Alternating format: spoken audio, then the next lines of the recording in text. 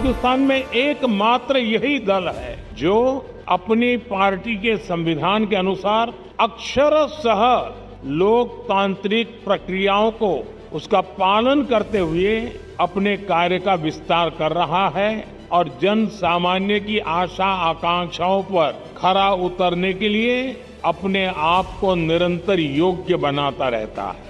ये दल ऐसे ही यहाँ तक नहीं पहुंचा, अनेकों पीढ़ियां खप गई है।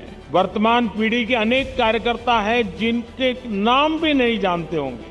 ऐसे लोगों ने अपना जीवन खपाया, तब जाकर के ये दल लोगों के दिलों में जगह बना पाया है। कुछ लोग हमेशा हमारी मजाक उड़ाते रहे हैं। जब संसद में हमारे 2 सदस्य थे, तब भी इतना भद्दा मजाक हमारे लिए उड़ाया गया था।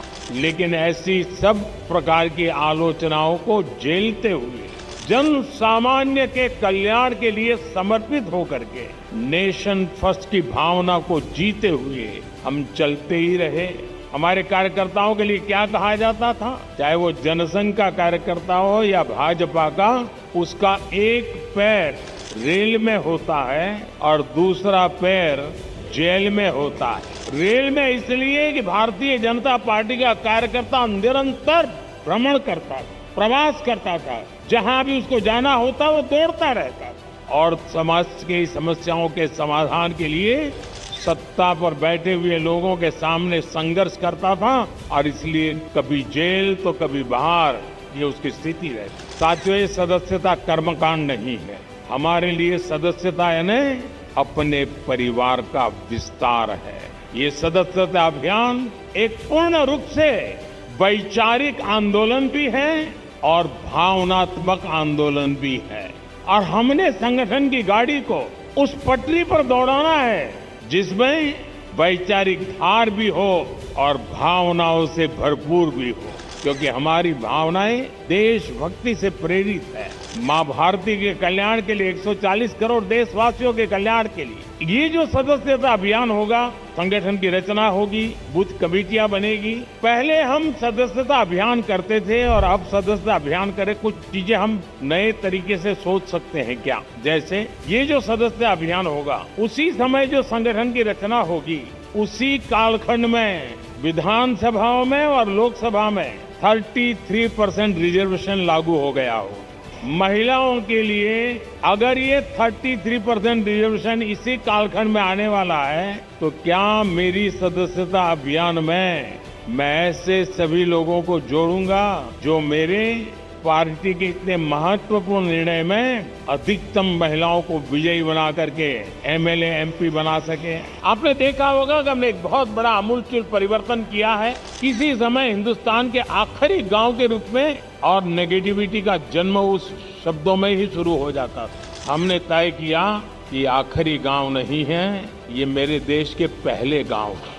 अगर ये गांव हिंदुस्तान के सीमा के छोर पर है, अगर सूरज की पहली किरण आएगी पूरब में होगा, तो पहले उसी को स्पर्श करते हुए हम तक पहुंचेगी, वो पहला गांव। और इसलिए हमने पूरी तरह बदला है विचार। क्या हम एक स्पेशल इकाई बनाएं, जो राज्य सीमावर्ती राज्य है वे ये जो पहला गांव है उसमें सबसे पहले मेंबरशिप का अभियान चलाएं और पूरे के पूरे गांव को भारतीय जनता पार्टी का किला बना सकते हैं।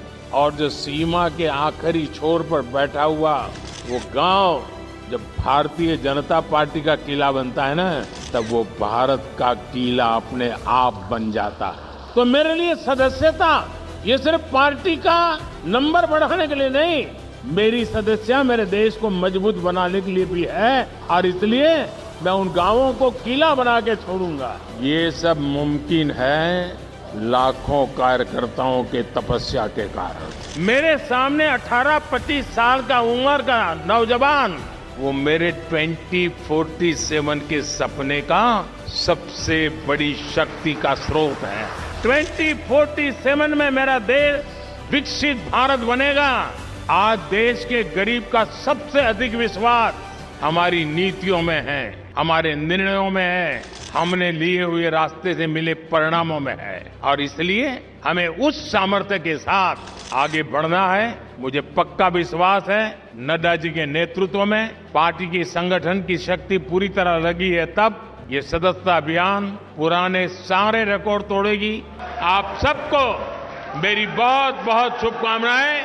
भारत माता की, भारत माता की।